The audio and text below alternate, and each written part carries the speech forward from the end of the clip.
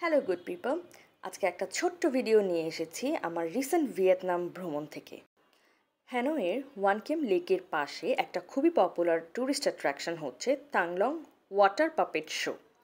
এই water puppet শোটা নিয়েই আমার আজকের ভিডিও। এই শোতে একটা বড় ভূমিকা পালন করে মিউজিক ইনস্ট্রুমেন্ট।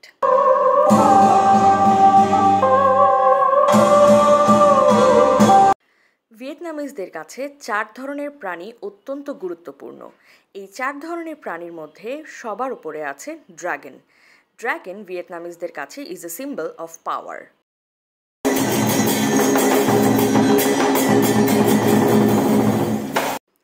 পানির মধ্যে পাপেটের মাধ্যমে ফুটিয়ে তোলা হয়েছে ভিয়েতনামের গ্রামীণ জীবনের আবহ, যেমন কৃষিকাজ।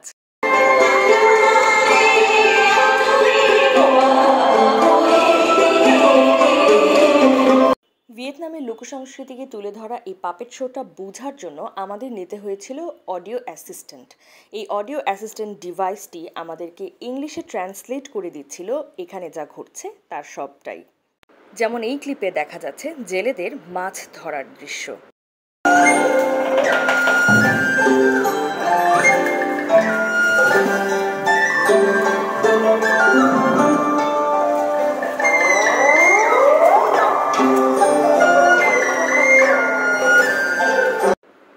গ্র্যাজুয়েশন শেষ করে যখন টেম্পল অফ লিটারেচার থেকে গ্র্যাজুয়েট দেশে ফিরত বা নিজের গ্রামে ফিরত, তখন তাকে কিভাবে সংবর্ধনা দেয়া হতো সেটাই ফুটিয়ে তোলা হচ্ছিল এই অংশটুকুতে।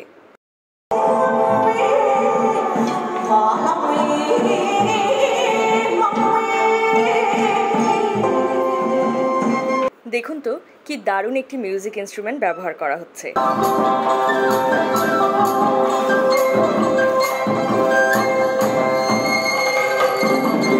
ভিয়েতনামিজদের কাছে ফিনিক্স একটি অত্যন্ত গুরুত্বপূর্ণ প্রাণী। ফিনিক্সকে বিউটির সিম্বল হিসেবে কনসিডার করা হয়। আর এই ফিনিক্স কপোতি কতটা আনন্দে সময় কাটায় সেটাই এইখানে দেখানো হচ্ছিল।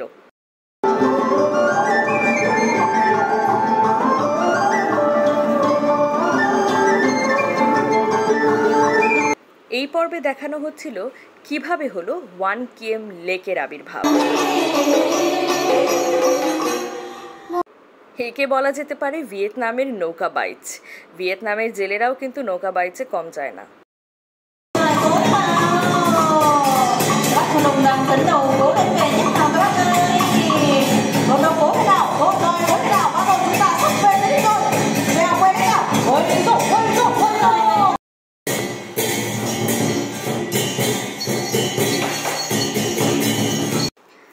ভিয়েতনামের এই থাংলং ওয়াটার পাপেট শোটা আমি 100% রেকমেন্ড করব। আপনারা যদি ভিয়েতনামে বেড়াতে আসেন অবশ্যই এই পাপেট শোটা মিস করবেন না, কারণ এটা কিন্তু একটা একেবারেই ভিন্ন রকম অভিজ্ঞতা।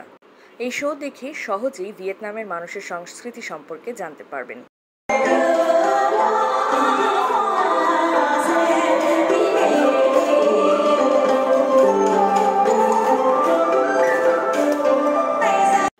শেষাংশে পর্দার আড়াল থেকে বেরিয়ে এলেন পাপেট পরিচালনাকারী দল। হাত তুলে উপস্থিত দর্শকদের প্রতি তারা এইভাবেই কৃতজ্ঞতা জানালেন।